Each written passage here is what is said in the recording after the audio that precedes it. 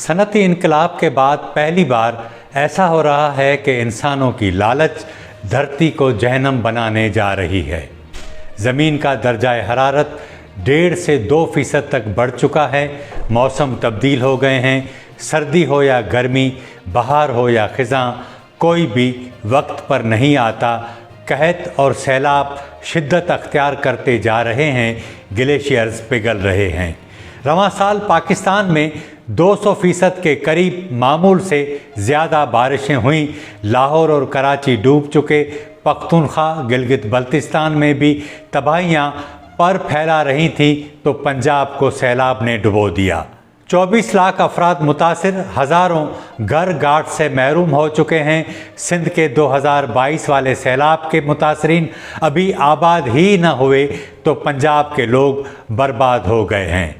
लेकिन हुकूमतें हर बार आने वाली आफत के वक्त रिलीफ कैंप बनाती हैं, खैमे, मच्छरदानियाँ और राशन बांटती हैं। ख़वातीन के सर और बूढ़ों की सफ़ेद दाढ़ियों पर हाथ फेरती हैं। ड्रामाई उदासी के साथ फ़ोटो सेशन होता है और कुछ वक्त के बाद उल्टे पांव भाग जाती हैं।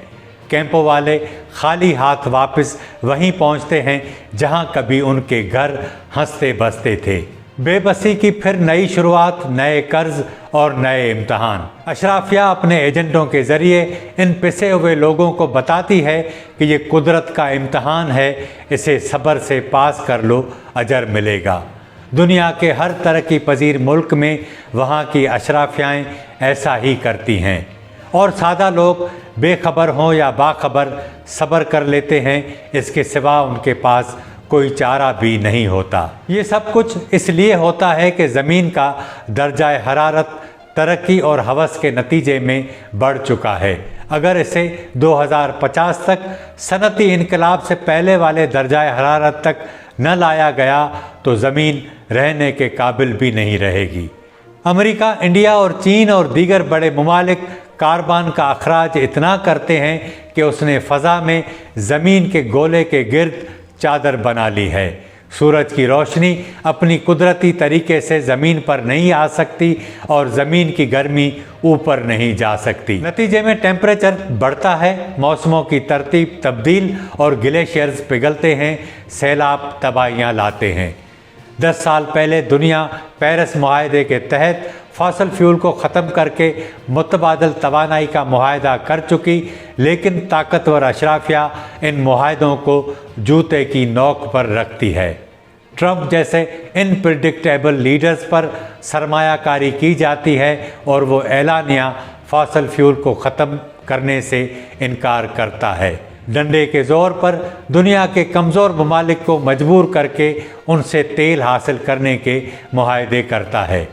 इस वक्त दुनिया मौसमी तब्दीली के खौफनाक अमल से गुजर रही है। पाकिस्तानी सियासी माहिरीन अपनी अक्ल और मालूमात की बुनियाद पर बात करते हैं, लेकिन मौसमी तब्दीली क्या है और ये सब कुछ क्यों हो रहा है, आने वाले दिनों में क्या होगा, पाकिस्तान इस अजाब से कब निकलेगा, क्या वो ये मुसीबतें कम करने की सलाहियत भी रखता है, इन सवालात पर खुलकर बात नहीं हो रही, क्योंकि ये काम भी बड़ों ने अपने कंधों पर उठा लिया है। जिस मुल्क में आइन की कोई औकात न हो वहाँ कानून की क्या हैसियत होगी, और वो भी माहौलियाती और मौसमियाती कानून की, जिसे आम तो दूर की बात ख़ास भी नहीं समझते। पाकिस्तान में 1 दर्जन के करीब सरकारी माहौलियाती और मौसमियाती इदारे हैं, लेकिन इनमें इतनी भी सलाहियत नहीं कि वो कोई ठोस इक़दामात कर सकें।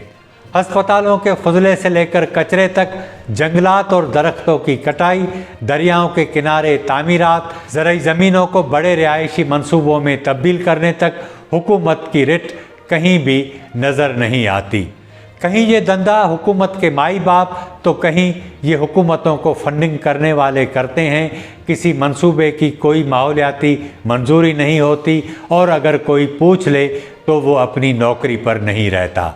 एक गठजोड़ जिसने बरसों से अवाम का खून निचोड़ा, इस बार दरियाओं ने बेघर होने वाले लाखों लोगों को ये पैगाम दिया कि अगर इनको नहीं रोकोगे तो तुम्हारी दास्तां न रहेगी दास्तानों में।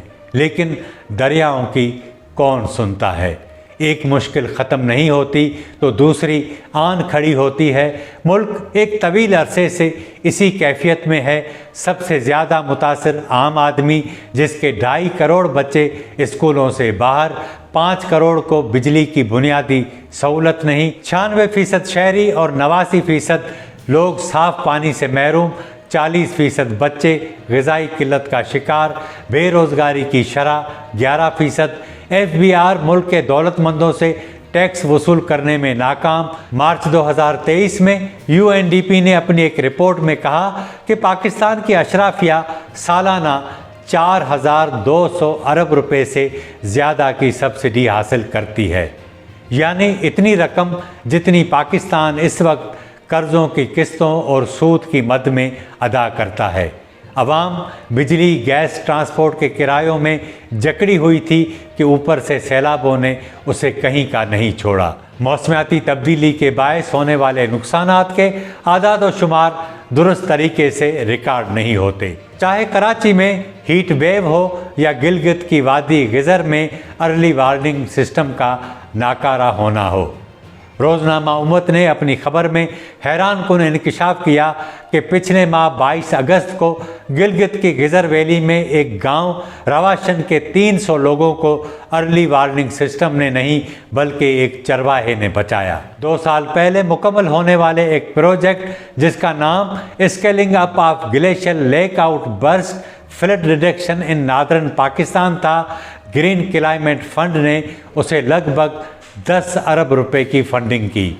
मंसूबे का मकसद गिलगित बल्तिस्तान और पख्तूनख्वा की 200 वादियों में अर्ली वार्निंग सिस्टम नस्ब करना, जंगलात की हिफाजत करना, पानी की निकासी और छोटे डैमों की तामीर और हज़ारों अफराद को बचाने की तरबियत देना था। लेकिन इस प्रोजेक्ट की हकीकत उस वक्त खुली जब रवाशन गांव में फ्लैश फ्लड के दौरान किसी अर्ली वार्निंग सिस्टम ने काम न किया। मकामी लोगों के 300 से ज़ायद मकानात ज़रई इराज़ी तबाह हो गई। सिर्फ एक चरवाहे की समझदारी से लोग मरने से बच गए। उसने जैसे ही पहाड़ पर फ्लैश फ्लड को आते देखा तो फ़ोन के ज़रिए गांव वालों को इतला दी कि फ़ौरी निकलो, वक्त नहीं है। लोगों ने बात मानी और बच गए। ये फंड्स कहाँ गए? 2 साल गुजरने के बावजूद उस पर किसी ने आवाज़ नहीं उठाई। पख्तूनख्वा में भी ऐसा ही हुआ। टिम्बर माफिया ने दरख्त काट कर पहाड़ों को गंजा कर दिया है। अब ये पहाड़ कैसे फ्लैश फ्लड या लैंड स्लाइडिंग का मुकाबला कर सकते हैं? दरियाओं के किनारों पर तामीरात ने सैलाबों को मज़ीद तबाहकुन बना दिया है। इस वक्त GB में 13,000 छोटे बड़े ग्लेशियर्स हैं जो मुल्क की पानी की ज़रूरियात का 70% पूरा करते हैं। इनमें से बाकी कितने ग्लेशियर्स बच गए हैं, इस पर बात करने से पहले ये हकीकत भी सुन लें कि साल 2014, 15 और 19 में कराची में हीट वेव से 2 से 3 हज़ार के दरमियान शहरी हलाक हुए। कराची के सहाफ़ी तुफ़ैल अहमद के मुताबिक हीट वेव से मरने वाले लोगों की लाशें जब हस्पताल लाई जाती तो लिखा जाता कि मरा हुआ आया, जबकि ईदी, छिपा और सरकारी इदारों के आदाद व शुमार में ज़मीन आसमान का फ़र्क है। कराची समेत मुल्क में कोई ऐसा इदारा नहीं जो मौसमी तब्दीली की वजह से मरने वालों का रिकॉर्ड मुरतब करे।